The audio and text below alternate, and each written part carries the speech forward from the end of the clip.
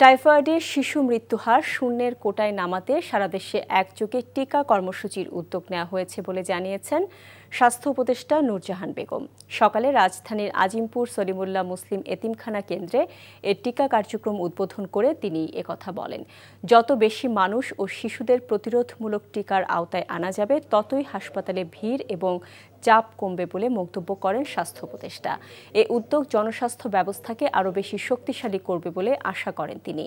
৯ মাস থেকে ১৫ বছর বয়সী ৫ কোটি শিশুদের বিনামূল্যে এ টিকা দেওয়া হচ্ছে। কেউ যেন বাদ না পড়ে সেজন্য জন্মসনদ না থাকা শিশুদেরও এ টিকার আওতায় আনা হয়েছে। এই ভ্যাকসিনটা আমরা এই প্রথমবারের মতো বাংলাদেশে শুরু করতে যাচ্ছি।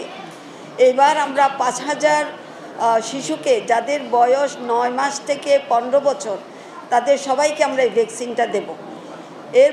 পরবর্তীতে প্রায় ২০ লাখ করে আমরা এই ভ্যাকসিনটা দিতে পারবো। আমরা আশা করি সবাই এতে অংশ নেবেন।